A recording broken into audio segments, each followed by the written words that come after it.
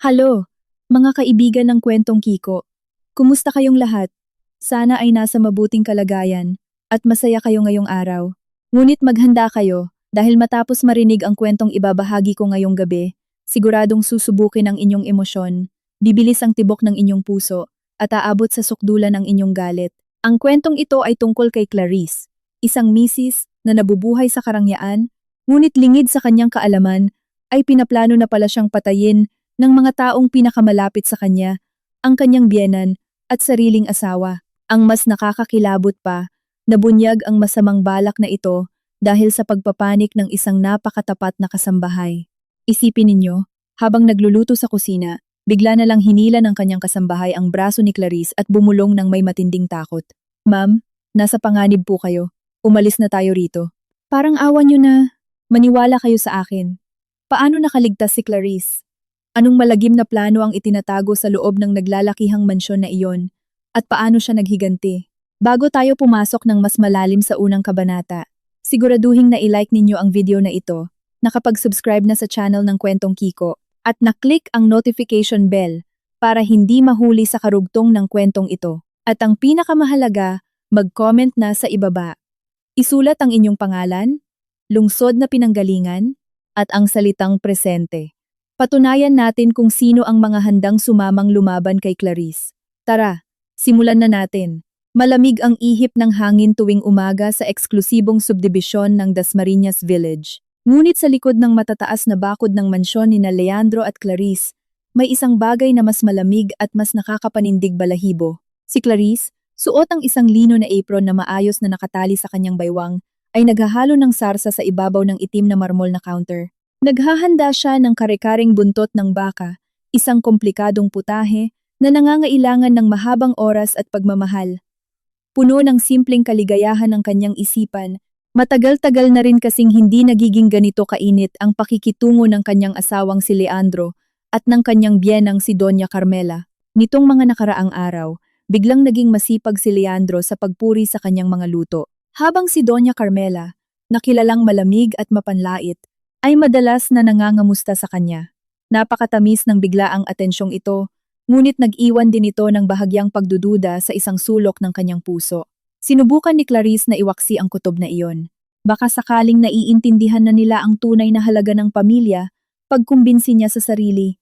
Nang magsimulang maggisa si Clarice, nakarinig siya ng mga eleganteng yabag mula sa sala. Lumitaw si Doña Carmela sa hamba ng pinto ng kusina. Tila nagpapatrolya ito. Hindi lang basta dumaan. Napakalapad ng kanyang ngiti. Masyadong malapad para sa isang biyenan na madalas ay ngiting aso lamang ang ibinibigay. Mukhang napakasigla mo, Clarice. Napakalambing ng boses ni Doña Carmela. Ngunit para kay Clarice, para itong isang kanta na tinutugtog sa maling tiempo. Siyempre naman po, ma'am, sagot ni Clarice na pinipilit maging masaya. Natutuwa po akong makita na nitong mga nagdaang araw ay mas nagiging malapit kayo ni Leandro sa akin. Parang ang tagal na rin po nating hindi naramdaman ang ganitong init ng pamilya. Humakbang palapit si Doña Carmela. Ang kanyang kamay na tadtad ng mamahaling alahas ay inabot ang balikat ni Clarice. Medyo napapitlag si Clarice sa haplos na iyon. Bihira kasi siyang hawakan ni Doña Carmela, maliban na lang kung may pinupuna itong mali. Naku, iha, syempre naman, mas nagiging malapit tayo. Pamilya tayo, at alam namin kung gaano kakahalaga sa bahay na ito, sabi ni Doña Carmela. Pinasadahan ng kanyang mga mata ang buong karangyaan ng kusina. Sandaling tumigil ang kanyang paningin sa diamanteng relo na nakapulupot sa pulso ni Clarice. Ang pinakamahal na regalo sa kanyang kasal, lalo na ang mga ari-arian at lahat ng karangyaang pinapamahalaan mo. Lahat ng ito ay bunga ng iyong sipag at pinapahalagahan naming iyon. Pakiramdam ni Clarice, ang haplos ni Doña Carmela ay parang isang mahigpit na kuko, hindi isang yakap. May naramdaman siyang himig ng pag-angkin at pagkalkula sa likod ng salitang ari-arian. Ngunit muli niya itong isinantabi. Baka naninibago lang ako dahil nasanay ako sa panlalamig niya, naisip niya. Sa kabilang banda ng kwarto, sa nakadugtong na dining area, si Yoli, ang kasambahay na 3 taon nang nagtatrabaho roon, ay maingat na nag-aayos ng hapagkainan. Si Yoli, na madalas ay madaldal at mahilig kumanta ng mga kantang jukebox habang naglilinis, ay tahimik na tahimik ngayong umaga. Matigas ang kanyang mga galaw at paminsan-minsan ay pasimpleng sumusulyap kina Clarice at Doña Carmela. Puno ng nakatagong pag-aalala ang kanyang mga mata. Napansin ni Clarice ang pamumutla ng mukha ni Yoli, ngunit muli siyang ibinaling ang atensyon kay Leandro na sumunod na pumasok. Si Leandro, suot ang isang bagong labang mamahaling suit, ay lumapit at walang pasabing niyakap si Clarice mula sa likuran. Ang maganda kong asawa, hindi mo na kailangang magpakapagod ng ganito. Dapat ay nagpapahinga ka na lang. Bulong ni Leandro sa tainga ni Clarice. Ang halik nito sa kanyang pisngi ay parang isang pag-arte sa entablado. Ayos lang, mahal. Sagot ni Clarice. Sinusubukang namnamin ang bihirang atensyon na iyon. Masaya akong pagsilbihan kayo. Isa pa, ngayon ang schedule mo papuntang Baguio, hindi ba? Kailan ang uwi mo? Ihanda ko na ang maleta mo. Pagkarinig sa mga salitang iyon, kumalas si Leandro sa pagkakayakap. Biglang naging bahagyang matigas ang kanyang ekspresyon. Baka sa makalawa pa. May biglaang asikasuhin na kailangan kong tapusin sa probinsya. Basta dito ka lang sa bahay. Huwag kang aalis. Nagkaroon ng mahabang katahimikan. Bahagyang yumuko si Leandro.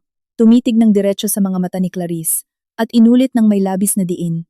Mag-ingat ka palagi. Huwag mong hahayaang may mangyari sa iyo. Nakaramdam si Clarice ng kakaibang pamilyaridad. Inulit ng kanyang asawa ang mga katagang iyon at bawat salita ay parang napakabigat. Tila nagbibigay ito ng huling tagubilin, hindi lang isang mensahe ng pagmamahal. Lumingon si Clarice kay Yoli. Sa pagkakataong ito, diretsyong nakatingin sa kanya si Yoli. Ang mukha ni Yoli ay parang isang taong nakakita ng napakagimbal na eksena. Tunay ang takot na iyon. Bahagyang umiling si Yoli. Kasing bilis ng kidlat ang galaw nito. Ang kanyang ekspresyon ay nagmamakaawa na sana ay makaintindi si Clarice. Muling naputol ang interaksyon. Malakas na tumikhim si Doña Carmela upang agawin ang atensyon ni Clarice. Hayaan mo na iyan, Clarice. Mag-focus ka sa niluluto mo. Huwag mo nang masyadong isipin ang schedule ni Leandro. Gusto lang naming malaman mo na mahal ka namin. Oo, mahal. Mahal na mahal ka namin. Gusto ka naming makitang ligtas at masaya sa bahay na ito. Dagdag ni Leandro. Muling ipinilit ang kanyang ngiti. Kahit na sinasabi ng lohika ni Clarice na sina Leandro at Doña Carmela ang mga taong pinakamamahal niya, sumisigaw ang kanyang pambabaing kutob. Nagsisinungaling sila. May mali. Hindi ito pagmamahal. Isa itong maskara. Muling hinalo ni Clarice ang kare-kare. Ang usok mula sa kaldero ay tila nakakasakal. At biglang, ang mabangong amoy ng rekado ay naging amoy ng pulbura. Pinilit niyang hindi ipahalata ang kanyang kaba. Kailangan niyang manatiling kalmado. Iniwan ni na Doña Carmela at Leandro si Clarice at nagtungo sa sala. Nag-uusap sila sa pabulong na tono na hindi marinig ni Clarice. Ngunit paminsan-minsan ay bumabalik ang kanilang tingin sa kusina, tila nagbibilang ng oras. Kinuha ni Clarice ang kanyang cellphone at nag-text sa kanyang matalik na kaibigan. Si Rafael, isang baguhang pribadong investigador na may malawak na koneksyon. Nag-type lang siya ng masama ang kutob ko. May kakaiba kina Leandro at Doña Carmela. Paki-check naman ang mga galaw nila nitong nakaraang 2 o 3 araw. Nilock niya ang kanyang cellphone, ibinalik sa bulsa ng kanyang apron at huminga ng malalim. Lalo pang bumibigat ang dibdib niya. Ang katahimikan sa pagitan ng tunog ng mga kutsara at kutsilyo sa kusina ay parang isang pinipigilang sigaw. Sina Leandro at Doña Carmela, ang 2 taong dapat sana ay magsisilbing proteksyon niya, ay tila 2 mandaragit na naghihintay na malingat ang kanilang biktima. Biglang may naalala si Clarice. Kagabi, nagising siya at nakarinig ng kakaibang ingay mula sa kwarto ni Leandro. Akala niya ay may kausap lang si Leandro tungkol sa negosyo. Ngunit masyadong mahina at tensyonado ang boses nito. Lumapit siya, ngunit narinig niya ang paos na boses ni Doña Carmela na bumubulong. Mag-ingat ka, baka magising siya. Gawin mo na lang ang plano natin. Gusto mo ang lahat ng iyon, hindi ba? Umatras si Clarice noon. Akala niya ay namalikmata lang ang kanyang pandinig. Ngayon, napagtanto niya na baka tama ang kanyang narinig. Pinatay ni Clarice ang apoy ng kalan. Luto na ang putahe. Tinitigan niya ang kanyang refleksyon sa bintana ng kusina. Mukhang pagod ang kanyang mukha. Mababakas ang bahagyang takot sa kanyang mga mata. Kailangan na niyang makaalis doon agad. Kahit papaano para makapag-isip ng maayos.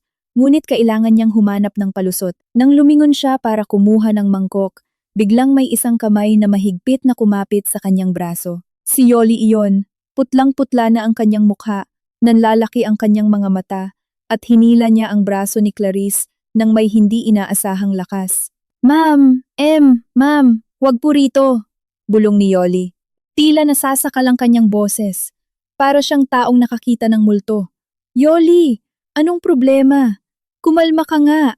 Giit ni Clarice na sinusubukang tanggalin ang pagkakapit. Walang pakialam si Yoli. Hinila niya si Clarice palabas ng pinto ng kusina papunta sa likod bahay. Hinihingal siya. Patuloy siyang humihila. Binabaliwala ang mga pagtutol ni Clarice. Makikita ang purong takot sa kanyang mga mata. Isang takot na nagkumbinsi kay Clarice na hindi lang ito basta drama. Ma'am, nasa panganib po kayo. Umalis na tayo rito. Parang awa niyo na. Maniwala kayo sa akin. Sigaw ni Yoli sa isang histerikal na bulong. Tumutulo ang mga luha sa kanyang pisngi. Sila, pinaplano nilang maaksidente kayo. Gusto nilang makuha lahat ng yaman ninyo. Parang tumigil ang pagtibok ng puso ni Clarice. Natulala siya. Tumanggi ang kanyang utak na iproseso ang impormasyong kapapasok lamang. Si Leandro, ang asawa niya, si Doña Carmela, ang biyenan niya, nagpaplano ng aksidente. Yoli, huwag kang magbiro ng ganyan. Asawa ko iyon. Nanay niya iyon. Bulalas ni Clarice. Ngunit hinila na siya ni Yoli sa likod na gate. Narinig ko po lahat. Kagabi, may kausap sila sa telepono. Pinag-uusapan kung kailan ang tamang oras. Sabi nila, dapat magmukhang natural ang aksidente. Ma'am, tara na po. Nagmamakaawa ako. Narinig ko po ang lahat. Nagmakaawa si Yoli habang ang mga luha ay bumabasa na sa pisngi ni Clarice. Hindi alam ni Clarice kung maniniwala ba siya o hindi. Ngunit nakita niya ang matinding sinseridad sa mga mata ni Yoli. Ang mga babala ng panganib mula kina Doña Carmela at Leandro, ang pagkabagabag ni Yoli mula pa kaninang umaga, ang mga bulungan kagabi. Lahat ng ito ay biglang nagkonekta upang bumuo ng isang malagim na konklusyon. Huminga siya ng malalim, nilunok ang kanyang takot at gumawa ng isang desisyon na magbabago sa kanyang buhay. Sinunod niya si Yoli. Palihim silang lumabas sa likod na gate, iniwan ang marangyang mansyon, ang kusi ng amoy kare-kare, at ang dalawang masamang tao na naghihintay ng tamang pagkakataon para umatake. Tanging ang kanyang maliit na wallet at cellphone lang ang dala ni Clarice. Habang tumatakbo sila palayo sa bahay, minsan pang lumingon si Clarice, nanlamig siya. Sa likod ng salamin ng opisina ni Leandro, nakita niya ang anino ng kanyang asawa at biyenan na nagtatawanan habang nakatingin sa kusina, tila may hinihintay na masamang mangyari. Sa wakas ay naniwala na si Clarice. Sa loob mismo ng kanyang marangyang bahay, lihim na pinaplano ng kanyang asawa at biyenan ng kanyang aksidente upang makuha ang lahat ng kanyang kayamanan. Nakatakas na ngayon si Clarice dala lamang ang kaisa-isang pinakamahalagang ari-arian niya, ang kanyang buhay, at ang katapatan ni Yoli. Nagawa na ang mabilis na desisyon, ngunit hindi pa tapos ang panganib. Malapit nang matuklasan ni na Doña Carmela at Leandro na nakawala ang kanilang biktima. Ang pagtakbo ni na Clarice at Yoli ay parang pagtakas mula sa isang bangungot na naging totoo. Kapos ang kanilang hininga. Hindi lang dahil sa pisikal na pagod, kundi dahil sa bigat ng takot na kanila lamang isinakay sa kanilang balikat. Patuloy silang tumakbo sa mga makikitid na eskinita sa likod ng eksklusibong subdibisyon na iyon na bihirang daanan ng mga mamahaling sasakyan. Suot pa rin ni Clarice ang maruming apron at tsinelas pambahay, nakabaligtaran ng kanyang namumutla at luhang-luhang mukha. Nag-vibrate ang kanyang cellphone sa bulsa ng apron, ngunit wala siyang lakas ng loob na tingnan ito. Malayo na po tayo, ma'am. Malayo na po tayo. Hinihingal na sabi ni Yoli. Halatang nakahinga ng maluwag ngunit may halong takot ang kanyang boses. Si Yoli na may maliit na pangangatawan ay may itinatago palang matinding lakas. Itinulak ng pagpapanik at katapatan. Sumandal si Clarice sa magaspang na pader na semento. Sinusubukang pakalmahin ang kanyang paghinga. Hindi ako makapaniwala. Bulong niya, halos mawalan na ng boses. Hindi ako makapaniwalang totoo lahat ng ito. Yoli, sigurado ka bang hindi ka lang nagkamali ng dinig?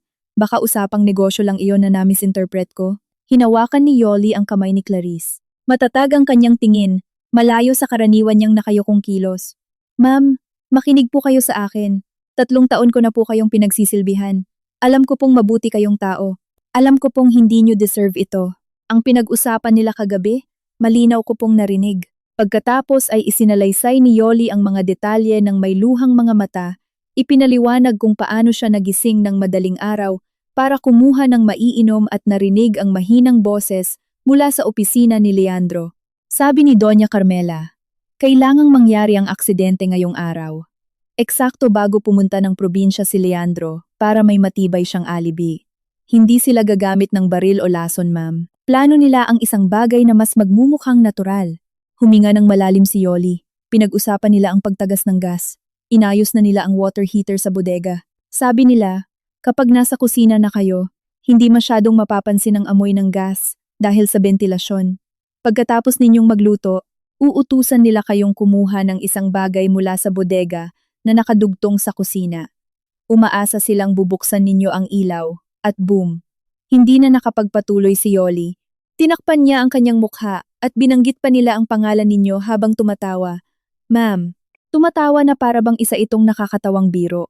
Sabi nila, papayamanin sila ng insurance at mana. Wala silang puso. Nang marinig ang mga napakalagim at detalyadong bagay na iyon, gumuho ang pader ng pagtanggi sa puso ni Clarice. Hindi lang ang masamang plano, kundi ang paraan ng pagpili nila ng senaryo ng aksidente na pinlano sa sarili niyang pamamahay sa gitna ng pekeng init na ipinakita nila kaninang umaga.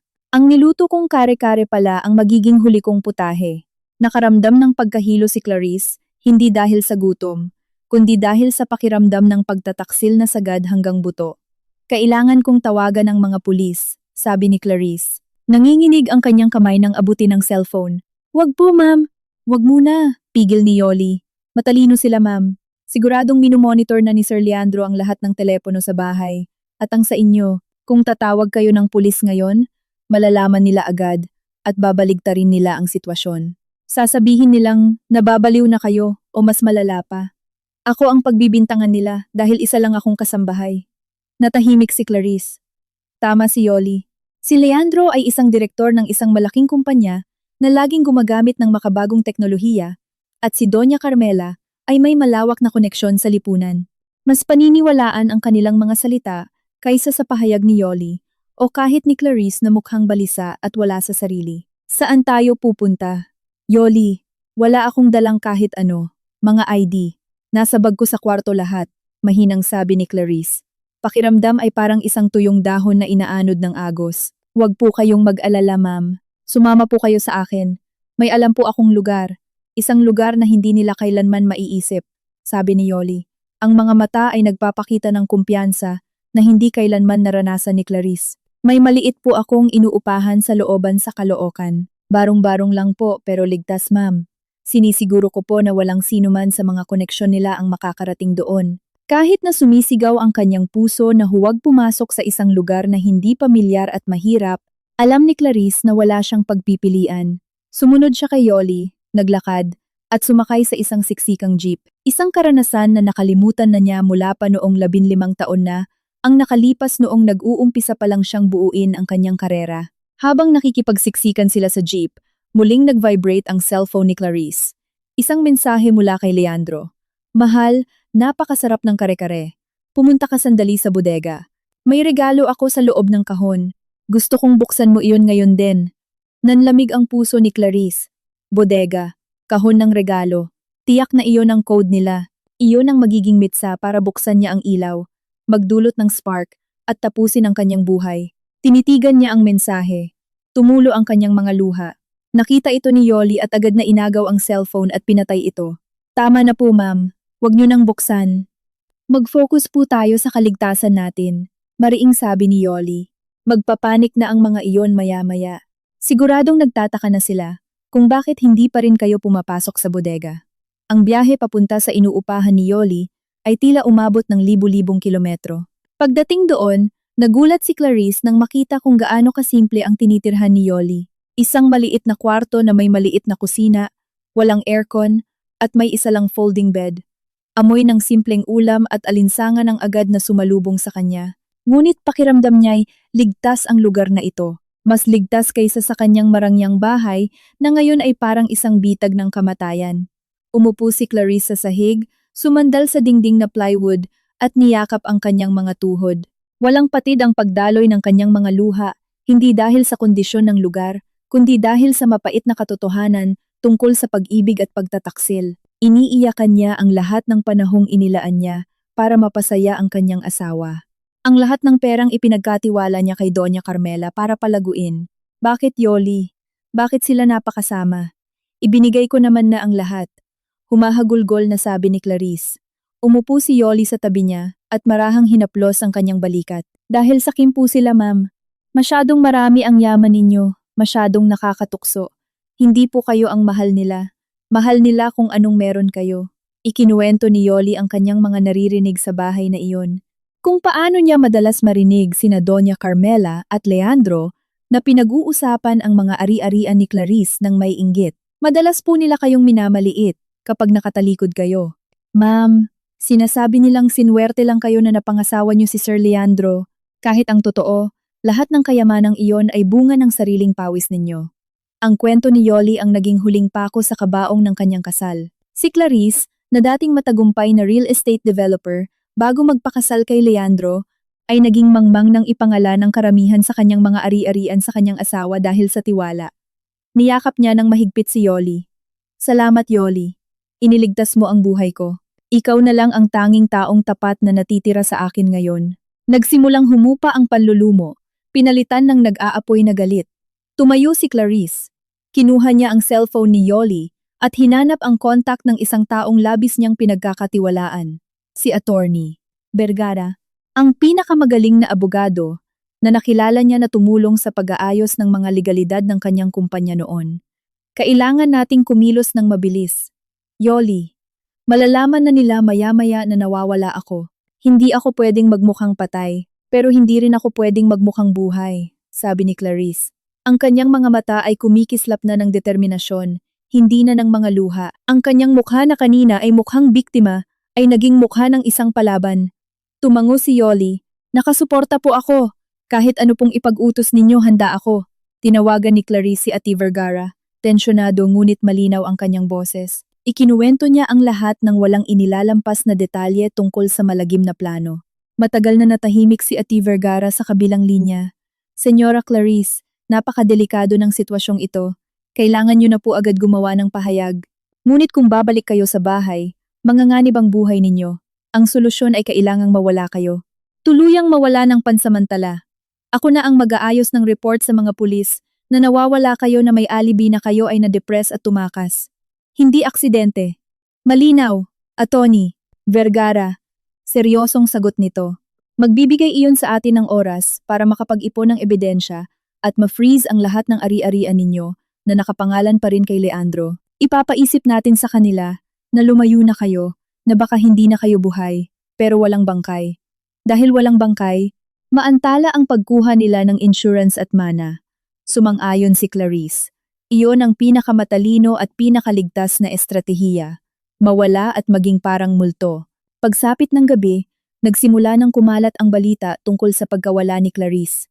Nakita sina Leandro at Doña Carmela sa balita sa telebisyon, nagkukunwaring umiiyak at naglalabas ng mga pahayag ng pag-aalala na lubhang kapani-paniwala tungkol sa mental na kalagayan ni Clarice. Pinaratangan pa nila si Clarice na tumakas tangay ang malaking halaga ng pera para pagtakpan ang katotohanan na sila ang mga tunay na kriminal. Pinanood ni na Clarice at Yoli ang dramang iyon mula sa maliit na telebisyon sa inuupahang bahay. Mahigpit na nakakuyom ang mga kamay ni Clarice. May lakas pa sila ng loob na siraan ako sa publiko, hindi ko sila palalampasin. Sa gitna ng gulo at pagpapanik na ginawa ni na Leandro at Doña Carmela, si Clarice naman ay lihim na bumubuo ng kanyang plano ng paghihiganti. Ang pagpapasya niyang magtiwala kay Yoli at tumakas ay nagbigay sa kanya ng pangalawang pagkakataon. Hindi lang niya babawiin ang kanyang mga ari-arian, wawasakin niya ang kasinungalingan at kasakiman na nagtangkang kumitil sa kanyang buhay. Kinuha ni Clarice ang cellphone ni Yoli at muling tinawagan si Ate Vergara. Attorney, kontakin niyo agad si Rafael. Kailangan ko ng mga mata at tainga sa loob ng bahay na iyon. Kailangan ko ng matibay na ebidensya at ihanda niyo na ang petisyon para sa pagpapawalang bisa ng kasal. Ako na ang bahala sa kanila. Mula sa pagiging biktima, ngayon ay nagbago na si Clarice bilang isang mandirigma sa tulong ni na Yoli at Ate Vergara. Sinimulan niyang itayo ang kanyang depensa. Ngunit sa marangyang mansyon, inumpisahan na nina Leandro at Doña Carmela ang kanilang laro, nagpapanggap bilang nagluluksang asawa at biyenan. Hindi nila alam na ang babaeng itinuturing nilang patay na sa pinansyal at emosyonal na aspeto ay ngayon nagmamasid sa kanila mula sa mga anino. Nang gabing iyon sa maliit at maalumigmig na inuupahang kwarto, malayo sa ingay ng syudad, hindi makatulog si Clarice. Nakaupo siya sa folding bed ni Yoli, nakasandal ang kanyang likod sa malamig na plywood, habang si Yoli ay mahimbing nang natutulog dahil sa pagod pagkatapos ng napakatensyonadong araw. Ngunit para kay Clarice, ang magulong isipan ay higit na nakakapagod kaysa sa pagtakbo. Paulit-ulit na nagpe-play sa kanyang isip ang mga eksena kaninang umaga. Ang mga peking ngiti ni na Leandro at Doña Carmela, ang histerikal na babala ni Yoli, at ang malamig na pagtataksil. Kinuha ni Clarice ang lumang cellphone ni Yoli na kanyang ginagamit. Nakausap na niya si Atini Vergara, ang pinagkakatiwalaan niyang abogado, at si Rafael, ang matalino niyang kaibigan. Ngayon ang tamang panahon para buuin ang diskarte sa pakikipagdigma. Si Attorney Vergara ay isang batikang abogado na napakametikuloso.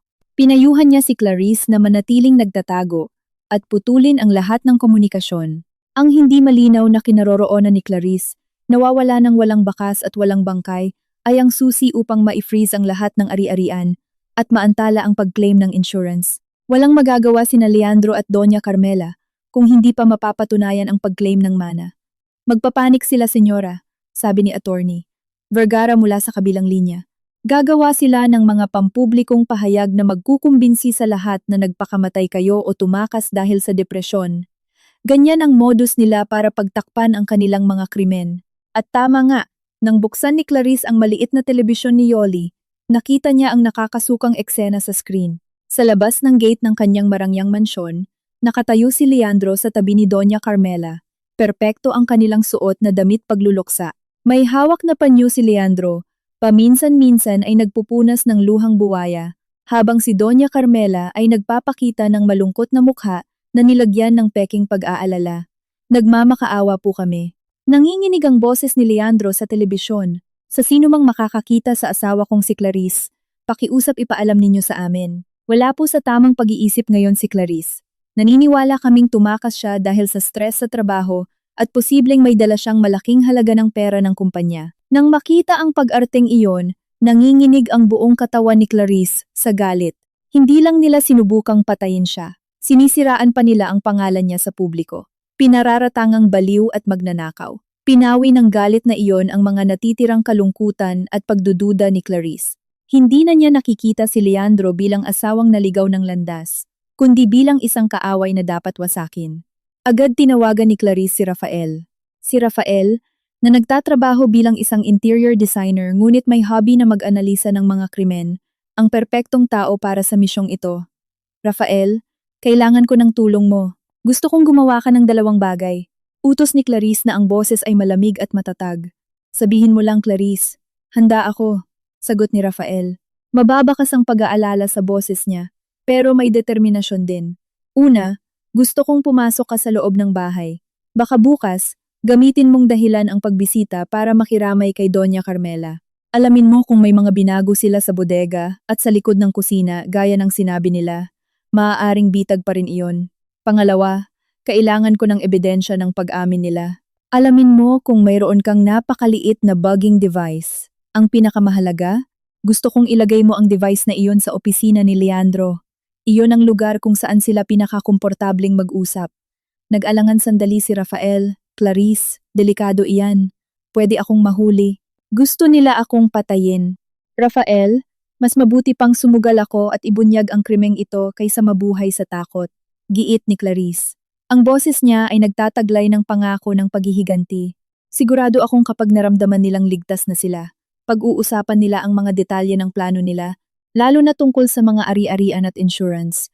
Huminga ng malalim si Rafael. Sige, gagawin ko. May isa akong maliit na bugging device na ginagamit ko sa mga prank. Hahanap ako ng paraan para makapasok bukas. Nang ibaba ang telepono, nakaramdam ng kaunting ginhawa si Clarice. Hindi siya nag-iisa. Ngunit napagtanto niya na ang problema niya ay hindi lang tungkol sa batas at ebidensya, kundi pati sa pananalapi. Hindi nga makukuha ni Leandro ang mana o insurance, ngunit may access pa rin siya sa ilang joint accounts at sa mga credit card ni Clarice. Maaaring tumakas si Leandro o unti-unting ubusin ang pera. Nag-isip ng malalim si Clarice. Kailangan niyang putulin ang daloy ng pera ni Leandro sa lalong madaling panahon. Tumayo siya at dahan-dahang lumapit sa maliit na bintana ng kwarto. Sa labas, ang madilim na ilaw ng poste ay tumatanglaw sa tahimik na gabi.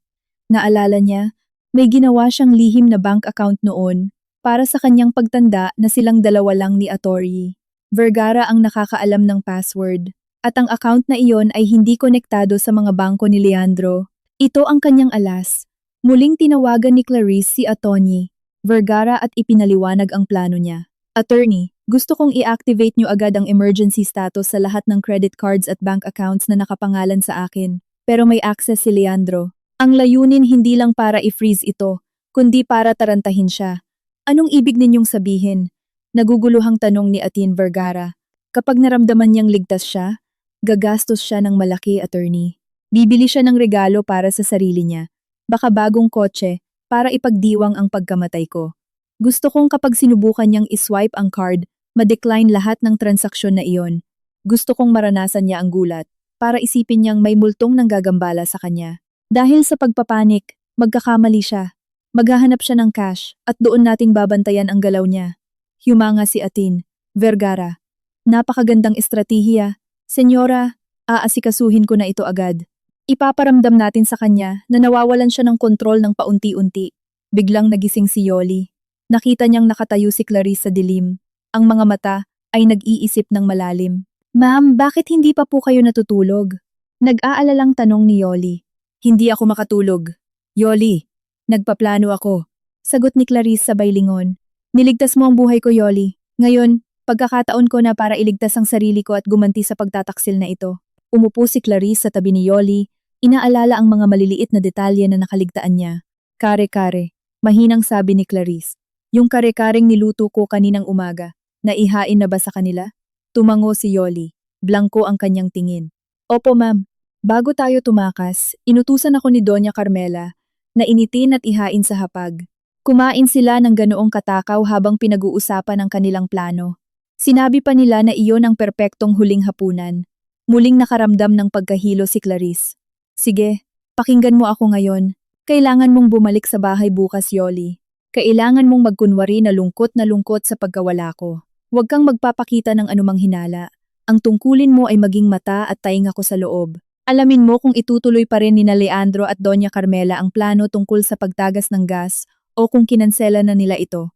Mukhang natatakot si Yoli, nanginginig ang katawan niya. Pero ma'am, paano kung maghinala sila? Hindi sila maghihinala. Isa kang tapat at inosenteng kasambahay. Masyado silang arogante para paghinalaan ang isang taong ka-level mo lang. Putol ni Clarice, matalim ang kanyang tingin. Kung magtanong sila tungkol sa akin, sabihin mo lang na wala kang alam at natatakot ka. Kailangan mong umaktong parang biktima, hindi bida. Kailangan ko na nandoon ka para bantayan sina Leandro at Doña Carmela. Tumango ng mabigat si Yoli. Ang kanyang katapatan ay nangingibabaw sa kanyang takot. Gagawin ko po ma'am, para sa inyo. Niyakap ng mahigpit ni Clarice si Yoli. Nang gabing iyon sa simpleng inuupahang kwarto, nabuo ang isang hindi inaasahang alyansa. Isang mayamang babae na nawalan ng lahat maliban sa kanyang talino at isang kasambahay na isinusugal ang kanyang buhay para sa katarungan. Alam ni Clarice na tiyak na nagdidiwang sina Leandro at Doña Carmela sa kanilang mga isip. Ipinagdiriwang ang pagkamatay ni Clarice. Siguradong naiisip na nila ang walang hanggang karangyaan. Ngunit hindi nila alam na ang dramang kapapasimula pa lang nila ay pambungad pa lamang sa sarili nilang pagkawasak. Handa na si Clarice na bawiin ang lahat sa kanila. Kinaumagahan, bumalik si Yoli sa marangyang bahay na ginawa ang mukhang pinakamalungkot na posibleng gawin. Sinalubong siya ni Doña Carmela nang may mapanuyang ngiti. Yoli, nandito ka na pala. Mabuti. Linisin mo ang kwarto ng ma'am mo. At huwag mo nang pag-usapan ang nangyari kahapon. May sakit ang Ma'am Clarice mo. Naiintindihan mo? Kasabay nito, handa na rin ang plano ni Rafael. Maayos siyang nakabihis, may dalang malaking bouquet ng bulaklak at isang kahon ng mamahaling dessert at dumating sa bahay ni Leandro. Leandro, Doña Carmela, nakikiramay po ako.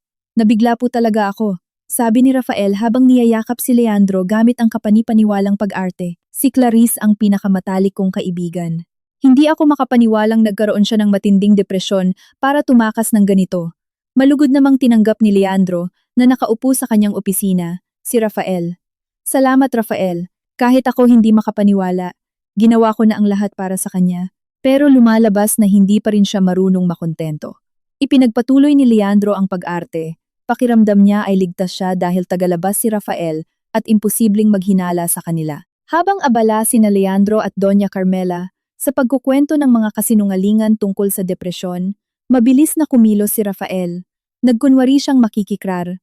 Pagpasok niya doon, binuksan niya ang mini bugging device na inihanda niya. Napakaliit ng device, kasinlaki lang ng barya, at may malakas na kapasidad mag-record.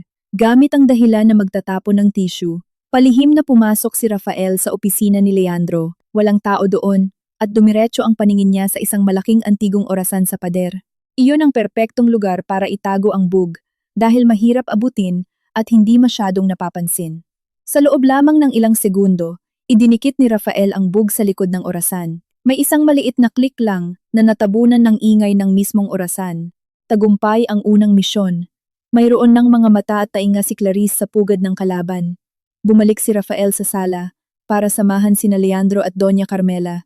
Ngunit biglang nagbago ang mood ni Leandro. Sinubukan niyang gamitin ang credit card ni Clarice para bumili ng mamahaling gamit online bilang pampalubag loob sa trahedyang sinapit niya. Ngunit sa bawat subok niya ng transaksyon, laging lumalabas ang notification na declined. Card is under review. Agad na dumilim ang mukha ni Leandro. Akala niya ay simpleng error lang ito sa bangko. Ngunit matapos subukan ang tatlong magkakaibang cards at pareho ang naging resulta, nag-umpisa na siyang magpanik. Buisit! Mura ni Leandro. Walang pakialam kahit nandun si Rafael. Bakit nakablock lahat ng card niya? Paano ako makakabili ng bagong kotse para sa sarili ko? Pinakalma siya ni Doña Carmela. Baka ginawa iyan ni Clarice bago siya umalis. Leandro, baliw talaga ang babaeng iyon. Subukan mong gamitin yung ibang bank accounts na alam mo ang password. Sinubukan ni Leandro na mag-login sa isa pang account na dapat sana ay joint account nila. Matapos itype ang password, nakatanggap siya ng isa pang mensahe. Ang account na ito ay under legal review. Pansamantalang naka-freeze ang lahat ng pondo mula sa pagiging galit. Napalitan ng takot ang mukha ni Leandro. Nanginginig siyang tumitig kay Doña Carmela. Ma, may mali. Naka-freeze lahat ng accounts. Sinong gumawa nito? Tanging si Clarice at ang abogado niya lang ang pwedeng gumawa nito. Si Doña Carmela, na kaninang umaga lang ay nagtatawanan dahil sa nakuha nilang financial freedom, ay biglang namutla. Ang kanilang pag-aalala ay napalitan ng kilabot. Ang babaeng akala nilang patay na o baliw, ay kaya pa rin silang sakalin mula sa malayo. Ito ang unang sorpresa ni Clarice. Si Rafael, na nagpapanggap na abala sa kanyang cellphone, ay itinala ang lahat ng pagpapanik na ito. Alam niyang inumpisahan na ni Clarice ang kanyang ganti. Napagtanto ni Leandro at Doña Carmela na kahit nawawala si Clarice, hindi pa rin sa kanila ang mga ari-arian niya. At hanggat may gumagalaw sa mga account niya, ibig sabihin ay buhay pa si Clarice. Sa kanyang inuupahang bahay, nakatanggap si Clarice ng text mula kay Attorney Vergara. Tagumpay ang unang phase ng financial attack. Nagpapanik na sila. Ngumiti si Clarice. Ang ngiting iyon ay hindi na inosente na madaling lokohin, kundi isang ngiting tagumpay mula sa isang general na kakapanalo lang sa kanyang unang laban. Nang gabing iyon, magkasamang nagbubulungan sina Leandro at Doña Carmela sa opisina. Hindi nila alam na bawat reklamo at masamang plano nila ay nare-record ng malinaw para maging matibay na ebidensya para sa kanilang sariling pagbagsak.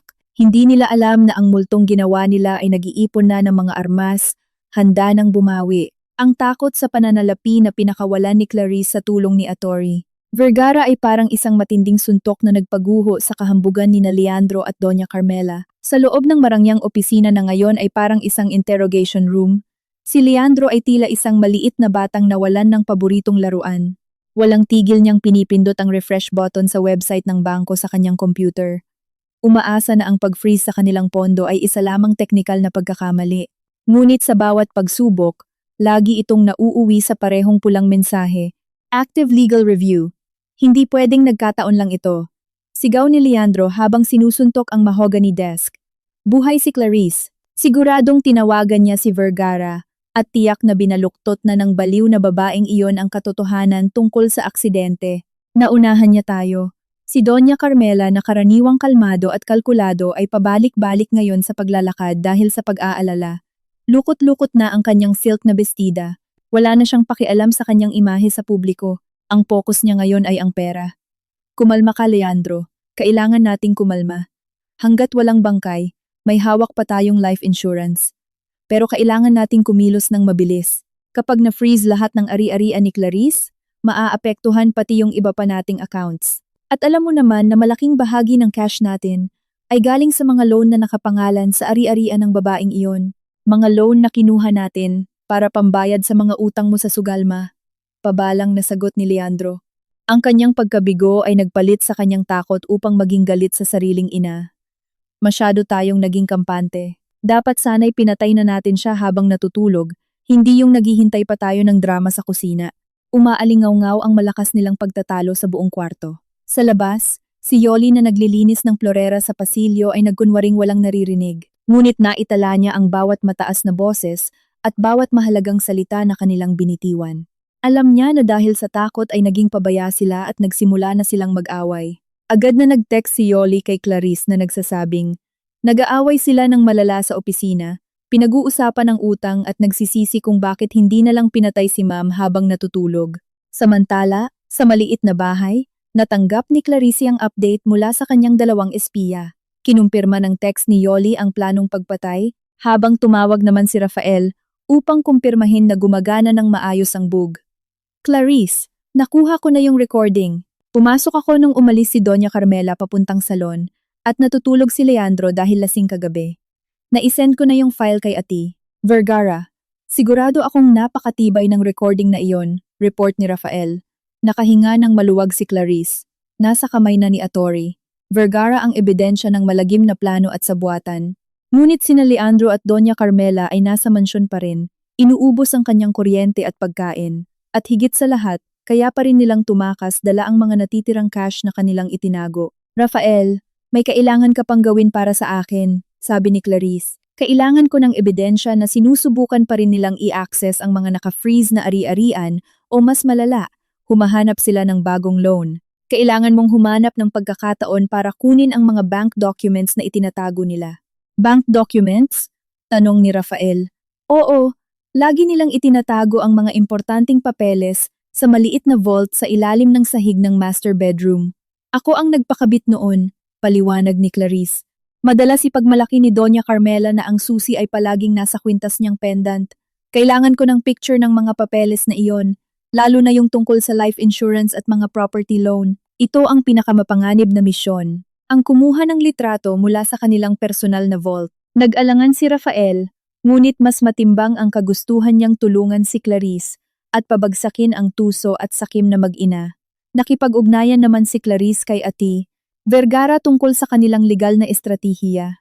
Dahil sa recording mula kay Rafael, may hawak na matinding armas si Ati Vergara. Ang recording ay hindi lamang tungkol sa planong pagpatay, kundi pati na rin sa manipulasyon ng mga ari-arian at planong panloloko sa insurance. Senyora, dahil sa ebidensyang ito, pwede na tayong magsampa ng 2 kaso. Attempted murder at estafa, sabi ni Attorney Vergara. Puno ng kumpiyansa ang boses. Ihahanda ko na ang kasong sibil para mapawalang bisa ang inyong kasal sa Regional Trial Court at kasong kriminal. Pero bago nating pasabugin ang bombang ito, kailangan nating ipagawa sa kanila ang isa pang pagkakamali na makikita ng publiko. Sumang-ayon si Clarice. Kailangang mas maging dramatiko ang palabas. Habang binubuo ni na Clarice at ng kanyang team ang kanilang estratiya, nakahanap naman ng bagong paraan sina Leandro at Doña Carmela para makakuha ng pera. Hindi na nila pwedeng gamitin ang mga card o bank account, kaya bumaling sila sa pinakamabilis na mapagkakakitaan, ang mga alahas ni Clarice. Ibenta na lang natin ang mga alahas ng babaeng iyon, pendant, singsing, bracelet na hindi niya nadala nung tumakas siya. Mungkahi ni Doña Carmela, nagniningning ang mga mata sa kasakiman. Magiging sapat na iyon para makaraos tayo hanggang sa maayos ang issue sa accounts niya at makukuha na natin yung life insurance. Sabi ng pulis na nawawala siya, hindi patay. Siguradong magbabago ang status na iyon sa loob ng 1 buwan. Sumang-ayon si Leandro. Sa isip nila, imposibleng makabalik pa si Clarice. Sinimulan nilang halungkatin ang mga cabinet at maliit na vault sa kwarto ni Clarice. Kinolekta nila ang mga mamahaling diamante at gintong alahas na milyon-milyon ang halaga. Kinaumagahan, inutusan ni Leandro si Yoli na tawagin ang kanilang pamilyar na mag-aalahas sa palusot na gusto ni Doña Carmela na baguhin ang disenyo ng ilan sa mga lumang alahas nito. Ayon sa utos ni Clarice, hindi nagpakita ng anumang paghihinala si Yoli. Sumunod lamang siya at tinawagan ang mag-aalahas. Nang dumating ang mag-aalahas at abala si Leandro sa pagbebenta ng mga alahas sa mas mababang halaga, dumating naman si Rafael sa bahay dala ang isang bagong palusot. Gusto raw niyang ibalik ang susi ng bahay na naiwan niya kagabi. Pumasok si Rafael sa master bedroom habang nagtatawaran sina Leandro, Doña Carmela, at ang mag-aalahas sa sala. Ito na ang pagkakataon niya. Alam niyang madalas tanggalin ni Doña Carmela ang pendant ng susi kapag naliligo. Ngunit ngayon, nasa sala si Doña Carmela. Kailangan hanapin ni Rafael ang susi sa ibang lugar. Nakita niya ang kislap ng liwanag mula sa vanity mirror. Doon, sa loob ng bukas na maliit na kahon ng alahas, nakapatong ang maliit na susi na may pamilyar na gintong pendant. Sakto. Habang mabilis na tumitibok ang puso, kinuha ni Rafael ang susi at dumiretso sa walk-in closet. Nahanap niya ang puwang sa carpet at binuksan ang nakatagong vault. Sa loob, nakita niya ang mga dokumento ng life insurance ni Clarice kung saan si Leandro ang tanging tagapagmana. Ang mga peking special power of attorney na ginawa nila. At ang pinaka nakakakilabot sa lahat, ang detalye ng mga malalaking loan na ginamit nila bilang collateral ang mga property ni Clarice na malapit na ang due date sa loob ng 2 linggo. Mabilis na kinuhaan ng litrato ni Rafael ang bawat dokumento sa pinakamataas na resolution. Malapit na siyang matapos. Ngunit nang isasara na niya ang vault, nakita niya ang isang maliit na folder na isiningit. Ito ay draft ng sulat para sa isang notaryo. Ang nilalaman nito ay ang paglilipat ng titulo ng bahay sa pangalan ni Leandro at Doña Carmela. Pinaplano nilang ilipat ang pagmamay-ari ng bahay na parang nagbigay ng buong kapangyarihan si Clarice. Ito ang mas matibay na ebidensya ng kanilang masamang intensyon. Pagnanakaw ng ari-arian. Nagawa ni Rafael na isara ang vault, ibalik ang susi, at lumabas ng kwarto ng hindi pinaghihinalaan. Umalis agad siya sa bahay. Idinahilan na may biglaang meeting siya sa isang kliyente. Hindi na siya makapaghintay na ipadala ang lahat ng ebidensya kina Clarice at Atty. Vergara. Pagsapit ng gabi, naipon na ang lahat ng ebidensya sa kamay ni Clarice.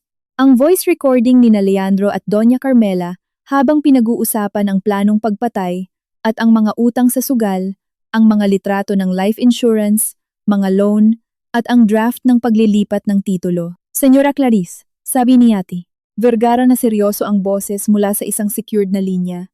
Nasa atin na ang lahat. Pwede natin silang ipakulong habang buhay.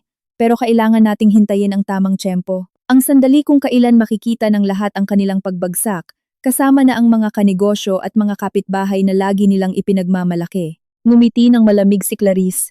May naisip na ako. Atty. Vergara. Ihanda na po ang lahat ng papeles. Ang petisyon sa kasal, kasong kriminal, at ang pinakamahalaga, ang writ of preliminary attachment o utos para kumpiskahin ang lahat ng isinanglang ari-arian. Gusto kong isagawa ito sa mismong event nila. Ipaparamdam natin sa kanila na pagsisisihan nila ang pagdiriwang ng kamatayan ko. Alam ni Clarice na dahil gipit na sa pera sina Leandro at Doña Carmela at sa paniniwalang wala na siya, siguradong mag-oorganisa sila ng isang peking pagdiriwang para mapabilis ang claim sa insurance at mapunan ang ubos na nilang pondo. Gusto nilang magmukhang makapangyarihan at sikat sa harap ng kanilang mga kanegosyo at doon lilitaw si Clarice. Nagbago na ang estratiya ng paghihiganti mula sa pagdepensa tungo sa pag-atake at ang huling yugto ay abot kamay na. Lalo pang naiipit sina Leandro at Doña Carmela.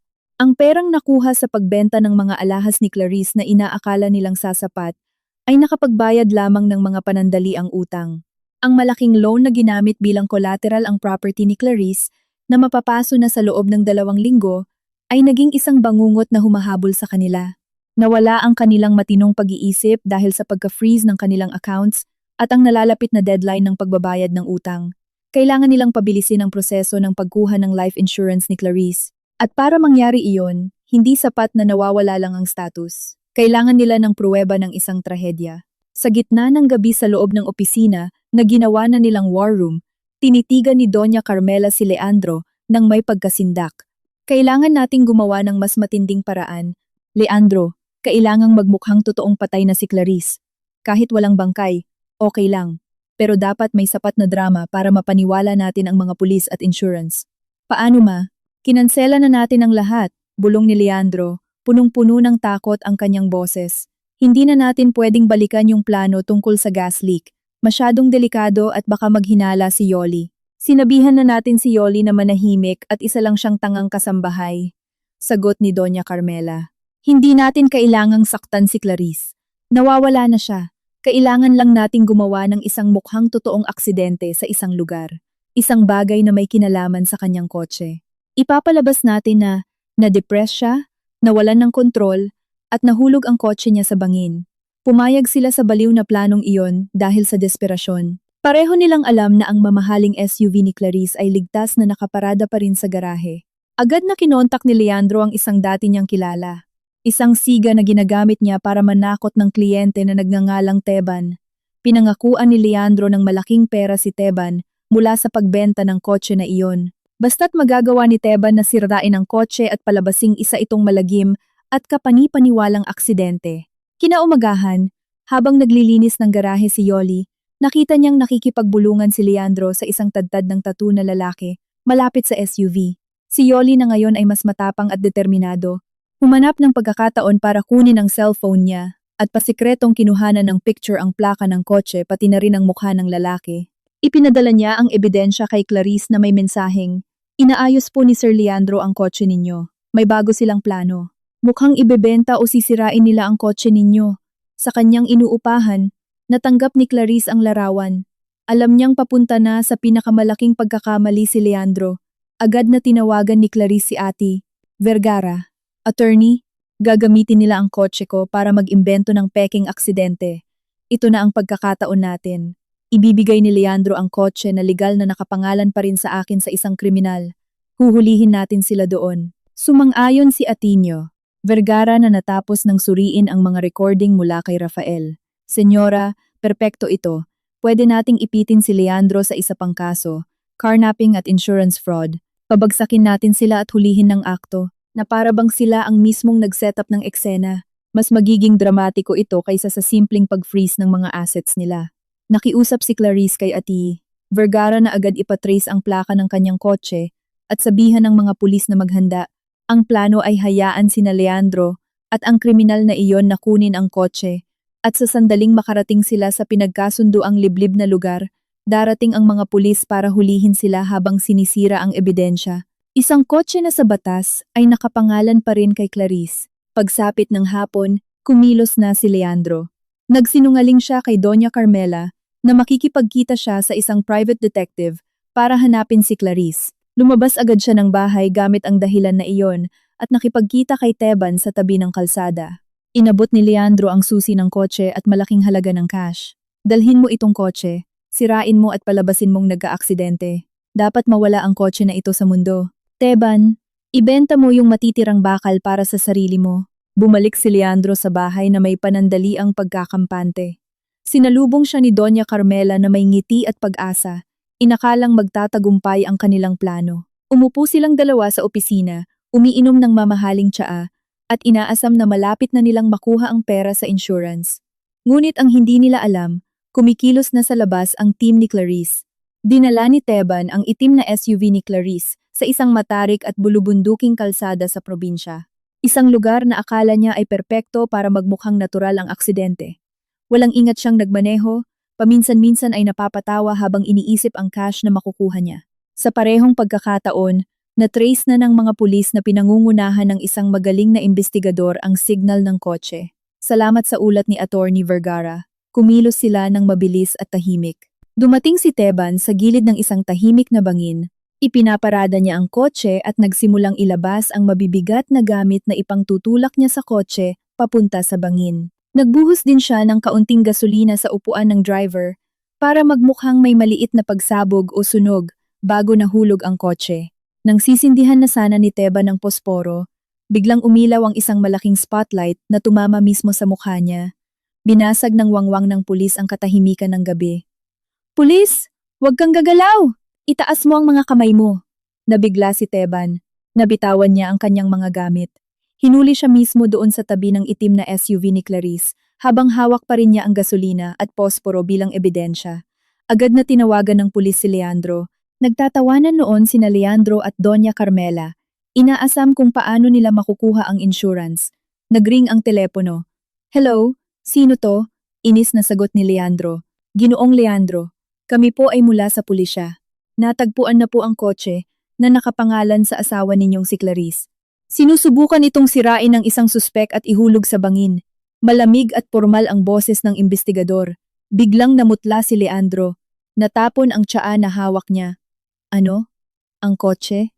Ang kotse ng asawa ko. Sigurado akong nagtangkang magpakamatay si Clarice. Isang trahedya ito. Sinabi ko na ngang na-depress siya. Sinubukan ni Leandro na bumalik sa script ng dramang pagdadalamhati na kabisado niya na. Hindi Ginoong Leandro. Pagputol ng imbestigador na may mariing tono.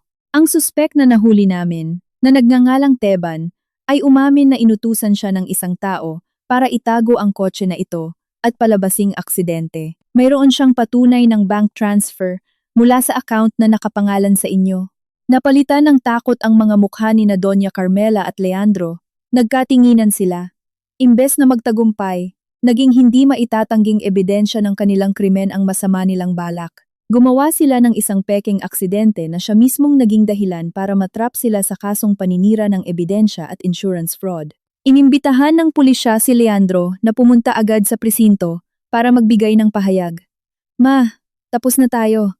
Bulong ni Leandro. Paos ang kanyang boses. Hindi, Leandro. Hindi. Kailangan nating ipagpatuloy ang pag-arte. Sabihin na lang natin na inutusan natin si Teban na hanapin ang kotse at siya ang nagtangkang magnakaw nito. Pilit na nag-iisip si Doña Carmela ng paraan para makalusot. Nanginginig ang kanilang mga tuhod habang papunta sina Leandro at Doña Carmela sa presinto.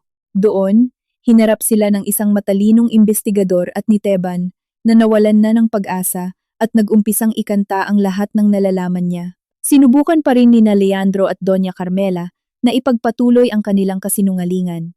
Pero ipinakita ng imbestigador ang patunay ng bank transfer at ang kuha ng CCTV kung saan nagkita sina Leandro at Teban. Ginugol ni na Leandro at Doña Carmela ang gabi sa interrogation room. Tinadtad sila ng mga katanungang lalong nagpataranta sa kanila. Dahil mahina ang loob ni Leandro, nagkamali siya sa kanyang mga pahayag, salungat sa mga kwento ni Doña Carmela. Sa kanyang inuupahang bahay, natanggap ni Clarice ang buong ulat mula kay Atin Vergara. Senyora, tapos na silang maimbestigahan. Magkaiba ang naging pahayag ni Leandro at ng nanay niya. Ngayon may oras pa tayo. Hahayaan natin silang makauwi at isiping nakalusot sila sa imbestigasyon. Magpapakampante sila at doon tayo aatake. Ngumiti si Clarice. Opo, Ati Vergara. Hayaan muna natin silang isipin na nanalo sila. Ihanda niyo agad yung event. Gusto ko mangyari ang pagsisiwalat na ito sa mismong bahay ko, sa harap ng lahat ng taong ginagalang nila. Ang peking aksidenteng inimbento nila ang magiging entablado ng mismong pagbagsak nila. Nakauwi na sila, pagod at takot.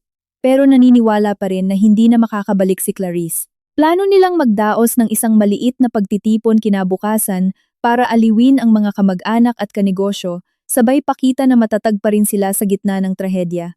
Ito ang sandaling hinihintay ni Clarice. Matapos makalusot sa nakakapagod na imbestigasyon, kahit na nagkakaiba-iba ang kanilang mga pahayag, umuwi pa rin sina Leandro at Doña Carmela sa kanilang marangyang mansyon na may kaunting ginhawa na madali ring masisira. Nagawa nilang paikuti ng imbestigador tungkol kay Teban, sinabing dati nila itong empleyado na inutusang hanapin ang kotse, ngunit sinubukan itong nakawin. Gayunpaman, inubos ng kasinungalingang ito ang kanilang lakas at lalong sumira sa tiwala sa isa't isa. Nakita mo, Leandro? Bulong ni Doña Carmela habang pumapasok sila sa opisina. Ligtas pa tayo. Wala silang matibay na ebidensya. Puro kwento lang ng isang ordinaryong kriminal at hinala. Anong ligtas, ma? Ibinagsak ni Leandro ang sarili sa leather na sofa. Naka-freeze lahat ng cards natin. Naibenta na natin ang mga alahas. At muntika na tayong mahuli dahil sa peking aksidenteng iyon. Kailangan na nating makakuha ng pera, ma. Due date na nung utang natin makalipas ang 2 linggo. At kung hindi tayo makakapagbayad, makukumpiska ang lahat ng property na isinangla natin na nakapangalan kay Clarice. Tumingin si Doña Carmela sa kalendaryo sa ibabaw ng desk ni Leandro. Mag-organize tayo ng event bukas, maliit na pagtitipon lang. Sabihin na lang nating prayer gathering para sa pagkawala ni Clarice. Pero iimbita natin ang lahat ng importanteng VIPs at Board of Directors. Ipapakita natin na matatag tayo at hindi nakaapekto ang pagkawala ni Clarice sa pinansyal na estado ng kumpanya. Kapag nakita nilang kalmado tayo, maniniwala sila at mapapakalma natin ang mga nagpapautang sa atin. Buong gabi nilang pinlano ang magiging takbo ng event na iyon nang hindi nila nalalaman na bawat salita, bawat plano, at bawat hinaing nila ng desperasyon ay malinaw na nare-record ng nakatagong bugging device sa likod ng orasan. Sa simpleng inuupahang kwarto, pinapakinggan ni Clarice na ngayon ay mas kalmado at nakapokus ang recording sa pamamagitan ng isang secure na linya na ibinigay ni Rafael. Blanko ang kanyang mukha, walang emosyon. Pinakinggan niya ang mga detalye kung paano nila planong i-anunsyo ang kanyang permanenteng pagkawala bukas sa event at kung paano nila ipipressure ang notaryo na pabilisin ang proseso ng paglilipat ng mga ari-arian. Nakapagdesisyon na sila ng venue, attorney, Vergara, sabi ni Clarice sa telepono. Bukas sa bahay ko, doon natin sila aatakehin. Perpekto, senyora, sagot ng abogadong si Atini Vergara. Handa na ang lahat ng papeles. Naaprubahan na ang mga dokumento para sa pagpapawalang bisa ng inyong kasal. Nakuha ko na rin ang restraining order at hold departure order dahil sa tangkang pagpatay at insurance fraud. At ang pinakakrusyal, ang court order para kumpiskahin ang lahat ng ari-ariang isinangla nila gamit ang pangalan mo, senyora. Aasikasuhin ko na ito ng maaga bukas sa notaryo para wala na silang kawala. Ibinigay ni Clarice ang huling tagubilin kina Atin Vergara at Rafael. Attorney, gusto kong pumunta kayo sa event na iyon na may kasamang sheriff mula sa korte. Rafael, kailangan mong dumating ng maaga. Siguraduhin mo na mabibigyan ng senyales si Yoli para makaalis ng bahay bago pa mag-umpisa ang gulo. Habang inihahanda ang malaking plano, gumawa naman ng huli at pinakamalaking pagkakamali sina Leandro at Doña Carmela sa loob ng Marangyang mansyon. Sobrang na-stress si Leandro. Para pakalmahin ang sarili, kumuha siya ng isang bote ng mamahaling alak mula sa ref at bumalik sa opisina. Tiningnan niya si Doña Carmela na kasalukuyang binibilang ang listahan ng mga bisita. Naiinis ako sa babaeng iyon, reklamo ni Leandro habang nagbubuhos ng alak sa kanyang baso. Ibinigay ko na sa kanya ang lahat, ang bahay na ito, estado sa lipunan. At ginantihan niya ako sa pamamagitan ng pagtakas, pag-block ng pera ko, at pakikipag-ugnayan sa mga walang kwentang pulis. Hayaan mo na. Leandro, magtiyaga ka, sagot ni Doña Carmela nang hindi lumilingon. Wala na akong pasensya ma, gusto ko nang matapos ito, sigaw ni Leandro. Sinipa niya ang maliit na lamesa sa harap niya. Nagsisisi ako na nakinig ako sa iyo. Ikaw ang nag-utos sa akin na pilitin siyang pumirma sa special power of attorney na iyon. Sabi mo formalidad lang iyon. Ang totoo, gusto mo akong ipaglipat ng titulo ng kanyang property para makapag-loan at pambayad sa utang mo sa sugal. Ikaw ang nakasira sa lahat, ma. Napakasakim mo! Ibinagsak ni Doña Carmela ang ballpen. Tumigil ka, Leandro. Nakalimutan mo na ba kung sino ang nagbigay sa iyo ng mga koneksyon at posisyon sa kumpanya na iyan? Direktor ka lang sa pangalan? Ako ang gumawa ng paraan para mapangasawa mo si Clarice na mayaman. Ginawa ko ito para sa atin. Para sa atin? O para sa sarili mo? Ang lahat ng iyon ay mga utang mo. Sigaw pabalik ni Leandro. Kailangan ko siyang patayin. Masyado siyang matalino. Kung hindi siya umalis, malalaman niya ang lahat ng mga kalokohan natin sa pera. Sagot ni Doña Carmela. Naayos ko na ang lahat, pati na yung gas sa bodega. Tumawag na ako ng technician at pinasira ang water heater. Hihintayin ko na lang sanang umalis ka pa Baguio, tapos uutusan ko siyang kumuha ng kung ano sa bodega. Tumigil sa pagsasalita si Doña Carmela. Nahirapan siyang huminga. Naisip niyang kakasabi lang niya ng malakas ng lahat ng detalye ng plano. Tiningnan siya ni Leandro nang may matinding takot. Ma, tama na. Huwag ka nang magsalita. Baka may makarinig. Pareho silang natahimik at nagkatinginan. Isang malamig na takot ang gumapang sa kanilang mga buto. Hindi nila alam na ang lahat ng buong detalye na sinabi ni Doña Carmela tungkol sa gas leak, mga utang, at ang planong pagpatay ay nakarecord na ng maayos. Ito ang nakatagong pag-amin na mas mahalaga pa sa lahat ng iba pang ebidensya sa pinansyal. Sa labas ng kwarto, agad na nagpadala ng text si Yoli na may lihim na code kay Clarice nang marinig niya ang sigawan.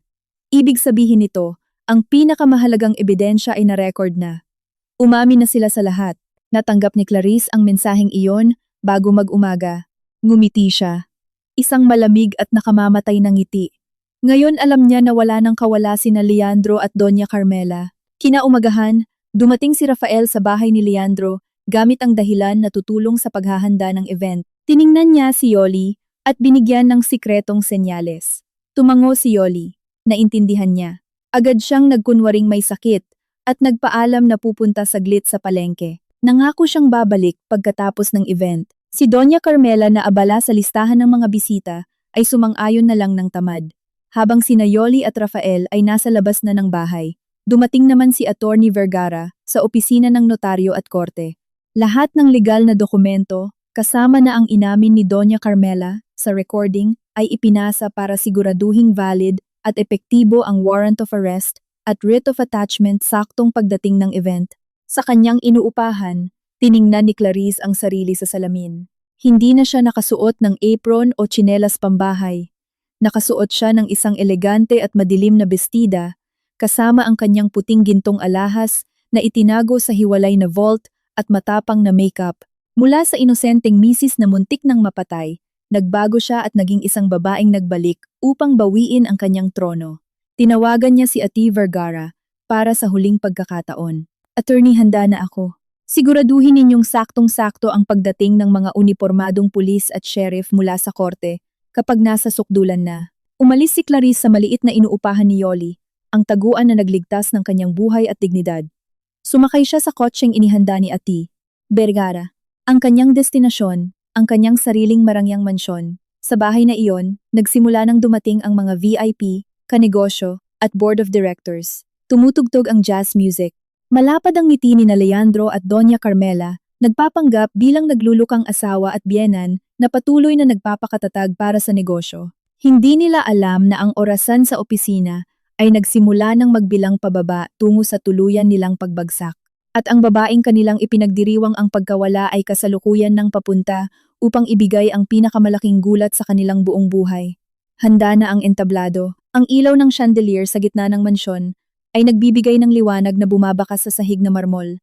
Gumagawa ito ng peking karangyaan na naging entablado para sa kanilang pagbagsak. Nakatayo sina Leandro at Doña Carmela sa gitna ng kwarto, napapalibutan ng 12-dosenang VIP, kanegosyo, board of directors, at mga kilalang tao sa lipunan. Ang prayer gathering event na kanilang inorganisa ay parang naging isang selebrasyon pa. Pareho silang malapad ang ngiti, mga ngiting nagpapakita ng kapangyarihan at pagmamayabang. Kahit sa loob nila, nandoon pa rin ang takot sa utang at ang imbestigasyon ng pulis. Kinuha ni Doña Carmela ang mikropono na nasa gilid ng kwarto. Maraming salamat sa inyong pagdalo. Ang presensya ninyo ay patunay na mananatiling matatag ang pamilya ni Leandro sa kabila ng trahedyang ito. Naniniwala kami na natagpuan na ni Clarice ang asawa ng aking anak, ang kapayapaang kanyang hinahanap at gagawin namin ang lahat para ituloy ang lahat ng negosyo at legasiyang iniwan niya. Ang salitang legasiya ay nagdulot sa ilang kanegosyo na magkatinginan na parang pinagdududahan ang integridad ni Doña Carmela. Kinuha naman ni Leandro ang mikropono at makikita ang nakakadiring pagmamalaki sa kanyang mga mata. Oo, nangangako kaming aayusin ang lahat, pati na ang mga ari-arian at pag-aari na kanyang pinamamahalaan. Sisiguraduhin naming mananatiling matatag ang kumpanya dahil wala na siya at kami na lang ang tanging tagapagmana. Biglang natahimik ang paligid. Ito ay parang isang hindi formal na anunsyo na tinuturing na nilang patay si Clarice. Ngumiti sina Leandro at Doña Carmela, tuwang-tuwa sa kanilang tagumpay. Pakiramdam nila, dahil sa anunsyong ito, ay nakuha na nila ang suporta ng lipunan na kailangan nila upang pabilisin ang proseso ng insurance at pawiin ang inala. Sakto sa tuktok ng aroganteng anunsyong iyon, nang itaas ni Leandro ang kanyang baso para mag-toast, biglang bumukas ng malakas ang malaking pintuan. Napatingin ang lahat sa pinto, nakatayo sa may hamba at nasisinagan ng matapang na ilaw, ay ang bulto ng babaeng akala nila ay nawawala na o patay na. Ito ay si Clarice. Nakasuot siya ng isang eleganteng itim na bestida na lalong nagpapalitaw ng aura ng kapangyarihan. Kalmado, malamig, at matalim ang kanyang ekspresyon. Malayong malayo sa inosente at maamong mukha na kilala nila. Hindi siya naglakad, waring dumausdos siya sa bawat hakbang niya. Diretso ang tingin niya kina Leandro at Doña Carmela, natigilan ang buong silid. Nawalan ng imik ang mga VIP, may nakabitiw ng baso, may napanganga na hindi makapaniwala. Sina Leandro at Doña Carmela, nakakatapos lang mag-toast para sa kanyang kamatayan, ay nanigas din sa kinatatayuan nila. Namutla ang kanilang mga mukha na parang nakakita ng multong sila mismo ang gumawa. Clarice? Bulong ni Leandro, nauutal. Nahulog ang mikropono niya sa sahig at gumawa ng nakakabinging feedback. Mas mabilis na nakabawi si Doña Carmela. Umabante agad para magpanggap na nag-aalala. Clarice! Diyos ko! Buhay ka! Saan ka galing? Sobra kaming nag-alala sa'yo. Mababaliw na kami kaiisip. Halika na rito. Mukhang may sakit ka. Sinubukan niyang yakapin si Clarice. Pilit na dinadala siya sa gilid para hindi makita ng publiko ang drama. Huminto si Clarice. Tumatagos ang tingin niya sa maskara nito. Doña Carmela, wag mo akong hawakan, sabi niya. Mahina ang boses niya pero puno ng awtoridad na umalingaw-ngaw sa tahimik na silid. Hindi ako mukhang may sakit. Mukha akong isang taong kakaligtas lang sa patibong na kayo mismo ang gumawa. Lalo pang tumindi ang tensyon. Nagsimulang magbulungan ang mga bisita. Pumasok naman mula sa likod ni Clarice si Ati Vergara na hindi nag-iisa. May kasama siyang 2 unipormadong sheriff mula sa korte at mga pulis na nakabantay sa pinto. May bitbit si Attorney Vergara na maliit na projector at inilagay ito sa malapit na mesa. Kinuha niya ang nahulog na mikropono. Mga bisita, sabi ni Attorney Vergara sa formal at malakas na boses. Paumanhin po sa pag-abala sa pagtitipong ito. Ako po si Ateneo Vergara, abogado ni Senyora Clarice. Nandito kami para ipaalam sa inyo ang ilang mahalagang bagay tungkol sa legalidad ng mga ari-arian at mga isinampang kaso. Natauhan na rin si Leandro. Sumigaw siya. Vergara, wala kang karapatang pumunta rito. Bahay ko to. Lumabas kayo. Bahay mo? Balik ni Clarice. Malamig ang tinig. Sabi mo kanina patay na ako at ikaw ang tagapagmana ko. Ngayon, pinapalayas mo ako sa sarili kong bahay? Sumenya si Clarice kay Attorney Vergara. Bumukas ang projector at itinutok ang liwanag sa blangkong pader malapit sa hagdan. Ang unang ipinakita ay ang writ of preliminary attachment. Mga ginang at ginoo, paliwanag ni Ati Vergara na parang isang hurado. Ayon sa kahilingan ni Senyora Clarice at batay sa ebidensya ng malisyosong intensyon at panloloko sa pananalapi, inaprubahan ng korte ang utos na pansamantalang kumpiskahin ang lahat ng ari-arian at bank accounts na nakapangalan pa rin kay Senyora Clarice, pati na rin ang lahat ng ginawang collateral ni na Ginoong Leandro at Doña Carmela kasama ang mismong bahay na ito. Nagulat ang lahat. Umabante si Leandro, nanlalaki ang mga mata. Kumpis ka? Baliw ka ba? Sa akin lahat ng to. Nananloko ka. Nananloko ka. Humakbang din si Clarice. Nag-aapoy ang mga mata niya. Ikaw ang nanloko, Leandro. Nanloko ka, nagtangkang pumatay, at nagnakaw. Bakit sa tingin mo na freeze lahat ng credit card at bank accounts mo bigla? Kasi alam ko ang plano nyo. Kasi alam kong ginawa mong collateral ang mga property ko para pambayad sa utang sa sugal ng nanay mo. Muling sumenya si Clarice. Nilipat ni Attorney Vergara ang slide sa projector. Ngayon naman ay ipinakita ang ebidensyang nakalap ni Rafael. Mga litrato ng life insurance ni Clarice, mga peking special power of attorney na may pirma niya, at detalye ng malalaking loan na malapit na ang due date. Sinubukan namang hilahin ni Doña Carmela si Leandro. Leandro, huwag ka nang magsalita. Umalis na tayo rito. Wala na kayong pupuntahan, Doña Carmela. Putol ni Clarice. Ito ay isang pagbubunyag sa kalagitnaan ng pagdiriwang ninyo. Pagdiriwang ng pagkamatay ko. Kaya kailangan ninyong tapusin hanggang dulo.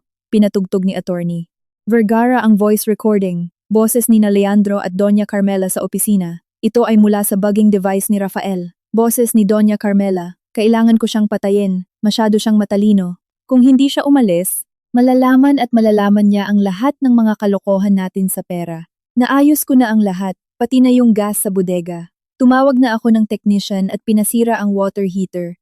Hihintayin ko na lang sanang umalis ka pa Baguio, tapos uutusan ko siyang kumuha ng kung ano sa bodega.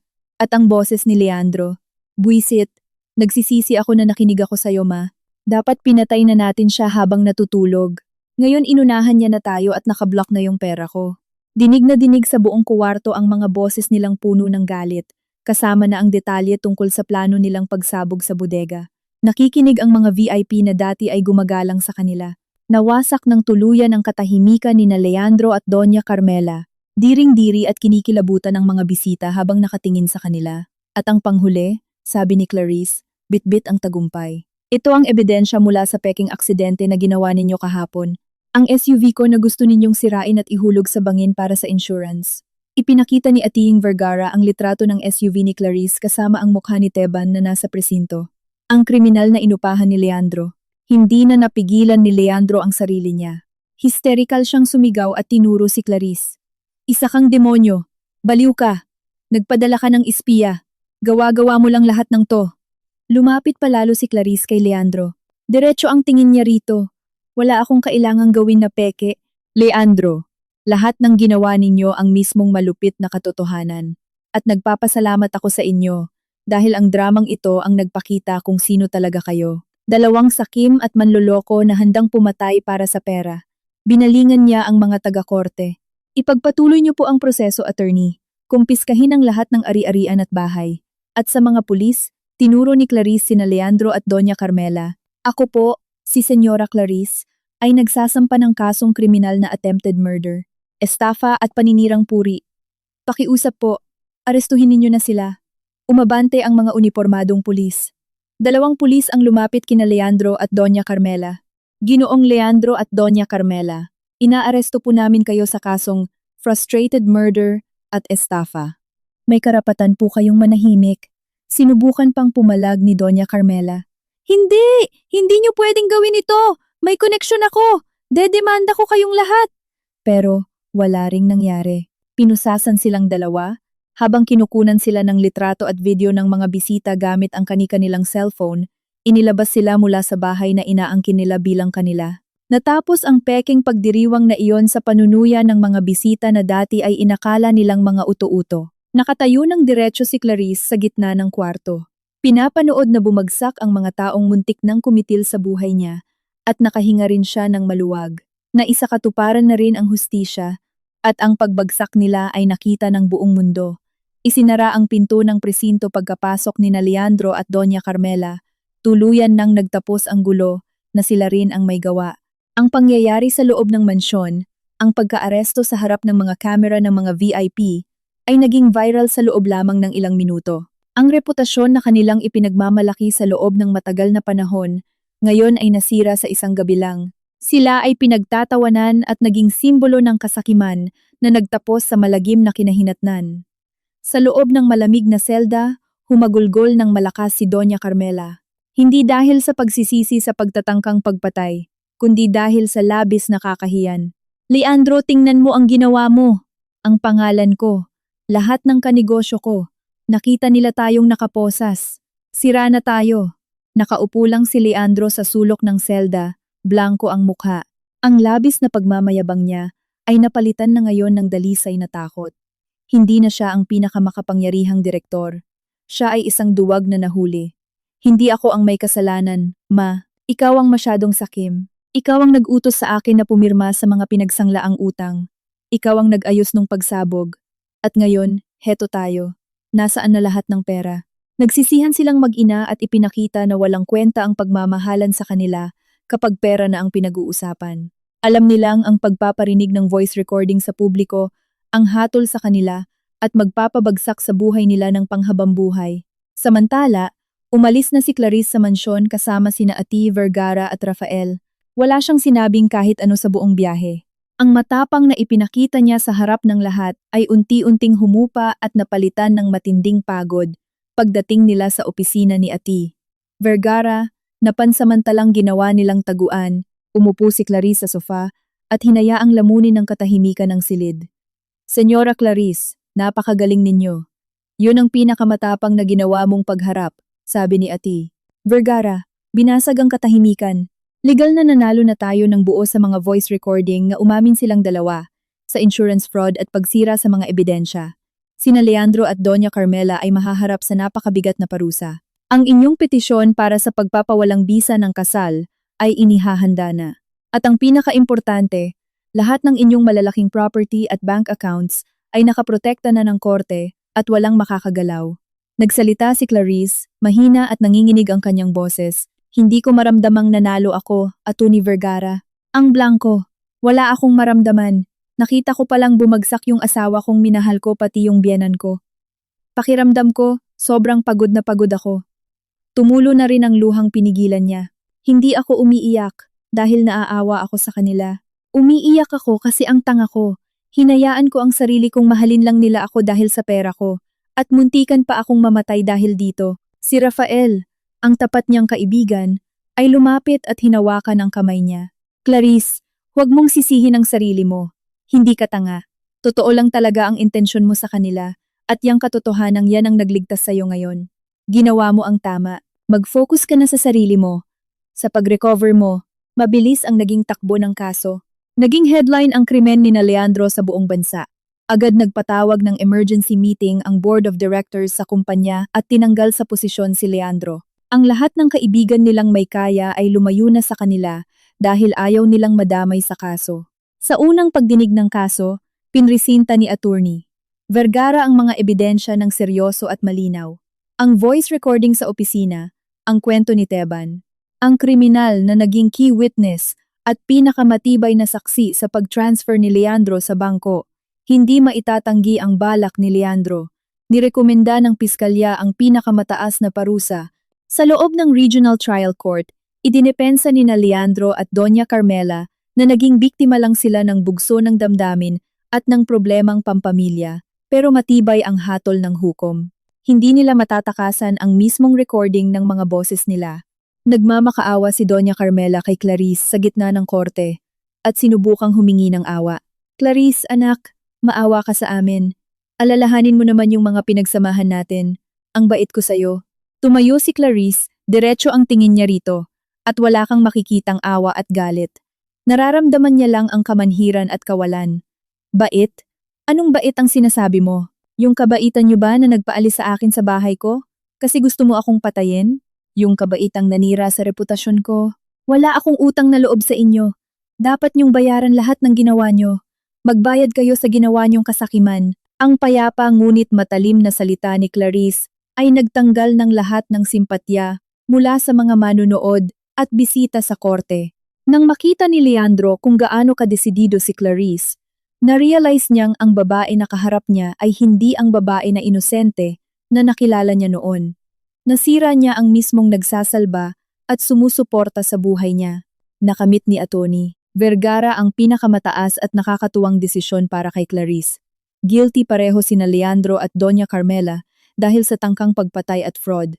Ang hatol, makukulong sila ng napakahabang panahon, malayo sa pinapangarap nilang yaman. Bukod dito, kailangan nilang isoli lahat ng sinangla nila at isuko ang sarili nilang mga asset para makabayad sa utang. Mahuhulog sila sa kumunoy ng kahirapan kapag nakalaya sila. Matapos ang court trial, lumabas ng korte si Clarice, sinalubong ng sangkatutak na mga media at reporter.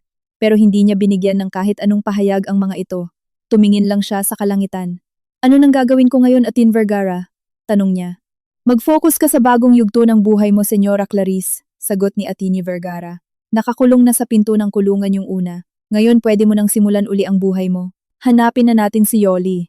Siya ang bida ng buhay mo. Tumango si Clarice. Puno ng pagmamahal at awa ang puso ni Clarice. Si Yoli ang totoong tao at bayani. Ang desisyon ng korte ay isang panakip na masakit, pero ang hustisya para kay Clarice ay naging totoong tulay para sa totoong buhay niya.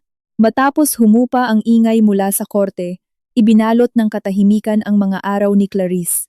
Ang mansyon na naging pugad ng kasamaan ay sarado at nilagyan ng boundary ng korte.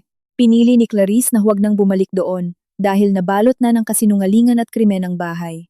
Nagrenta siya ng isang maliit ngunit magandang kondo sa gitna ng syudad, ang lugar kung saan mas nagkakaroon siya ng payapang oras. Dito siya ang totoong Clarice, nawala sa lipunang marumi. Nanalo nga siya, nagkaroon siya ng hustisya, ngunit ang sugat sa puso niya ay mahapdi. Mahaba-habang therapy din ang ginawa niya. Mas nasaktan siya nang ma-realize na nawala na ang tiwala niya sa pagmamahal. Kailangan niyang tanggapin ang pagtatraidor ni Leandro. Ang panloloko ni Leandro at ng nanay nito ay nakabase lang dahil sa kasakiman at hindi dahil may pagkukulang si Clarice. Nung panahong nasasaktan pa siya, 3 tao lang ang naging tagapagsalba niya, sina Atty. Vergara, Rafael, at ang kasambahay na si Yoli. Naging masyadong emosyonal ang tagpo nung magkita ulit sila ni Yoli matapos ang pagdinig sa korte. Sinundo ni Clarice si Yoli sa Caloocan, hindi nakapagsalita si Clarice at naiyak siya, niyakap niya ito, tapos tsaka siya humagulgol.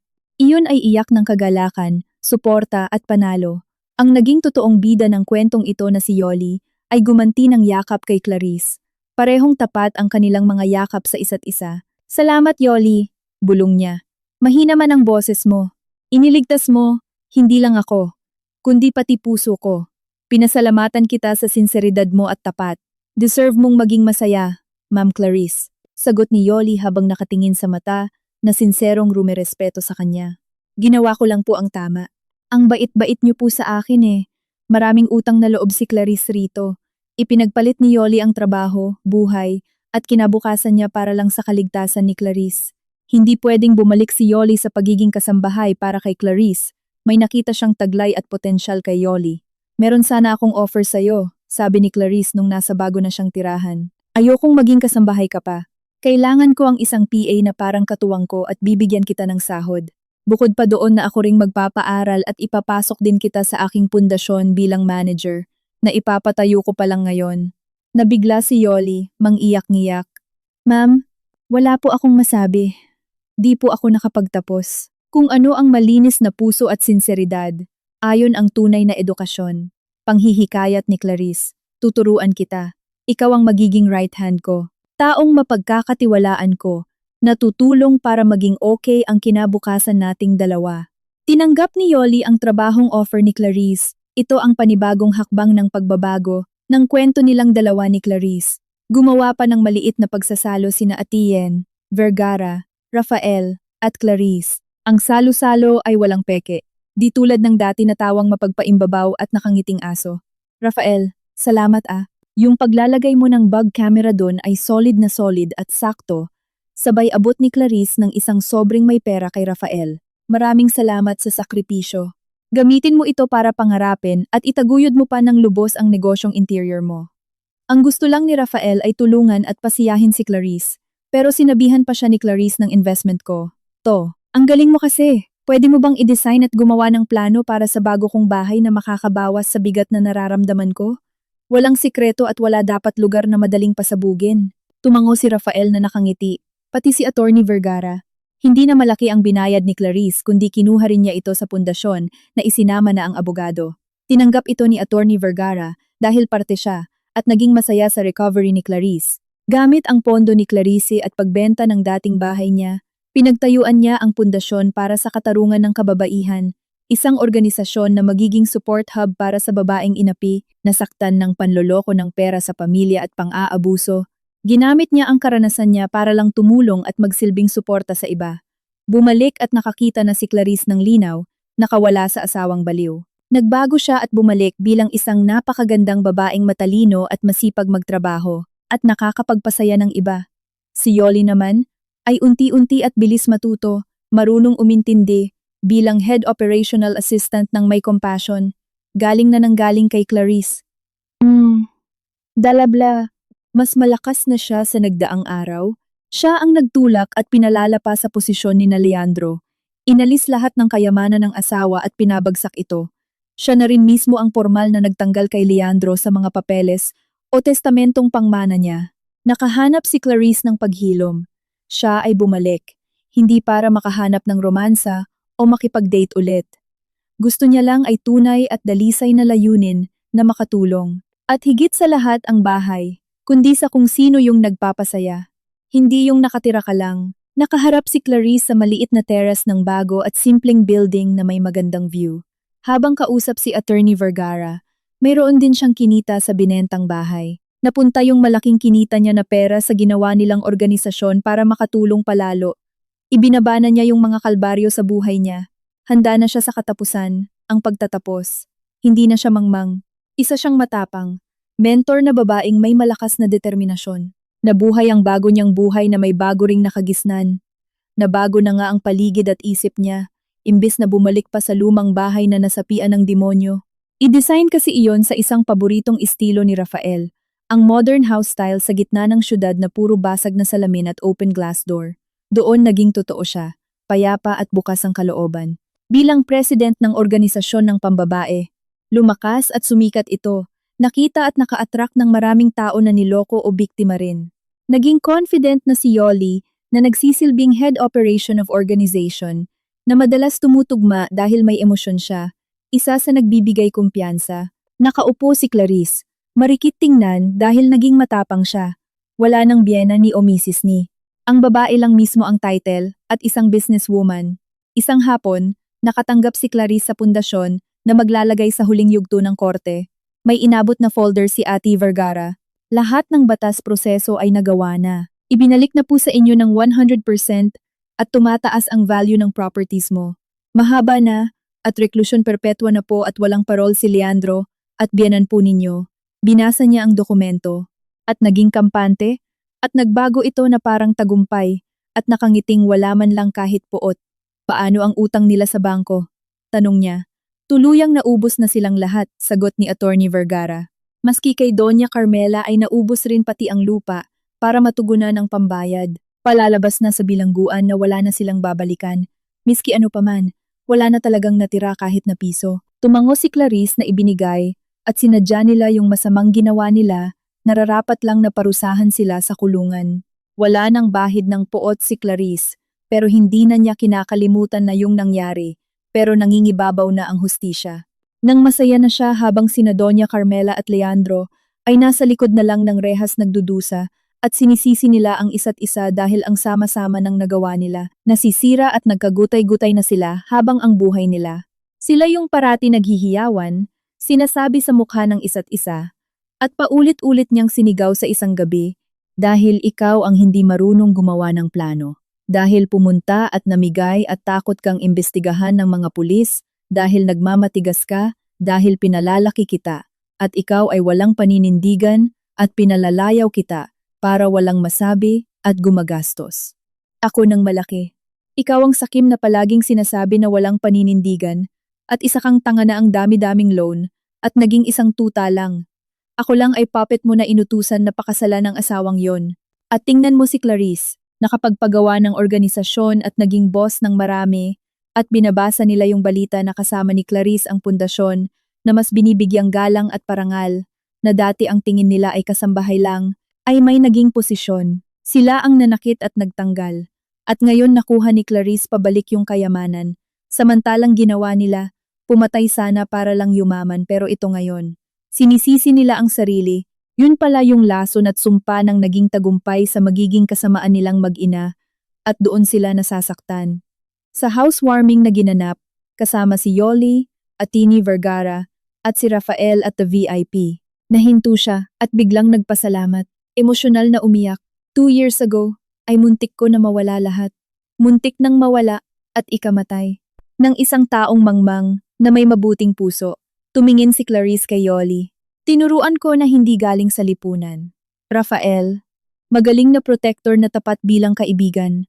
Ati Vergara na mag-apply para lang protektahan at ipagtanggol ng katarungan. Pataas niya ang kanyang baso. Nawalan na ako ng mansyon pero hindi na mahalaga. Nawalan ng lalaki. Nawalan ng pagmamahal pamilya. Ngayon mas mahalaga ang buhay na matapang kaysa ang bahay na punong ng luhong bato. Iyon lamang talaga, napakalaya. Ito na lahat sa pamilya. Nagbabago na ang lahat at ang kinabukasan. Ang kwentong ito na binuksan ko at tatapusin ko para sa ikagaganda ng lipunan. Iisa lang rito at pinanghahawakan. Hindi importante gaano kayo kayaman. At sa sarili at marami pa.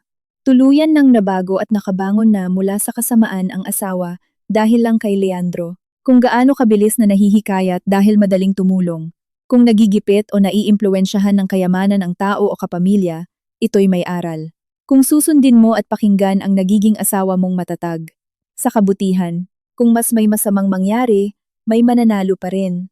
Sa pagtatapos ay nagsisisi pa rin at nagiging mapanlinlang na ang kabutihan ng pagkakapantay-pantay. Yun sana, mas totoo hindi lang puro kayamanan, kundi mabuting katotohanan na lang ang gawin kaysa linlangin. Dahil hindi yun magiging maganda, kaya palaging pumoprotekta. Makinig na lang, at mas proteksyonan na walang nakakaalam.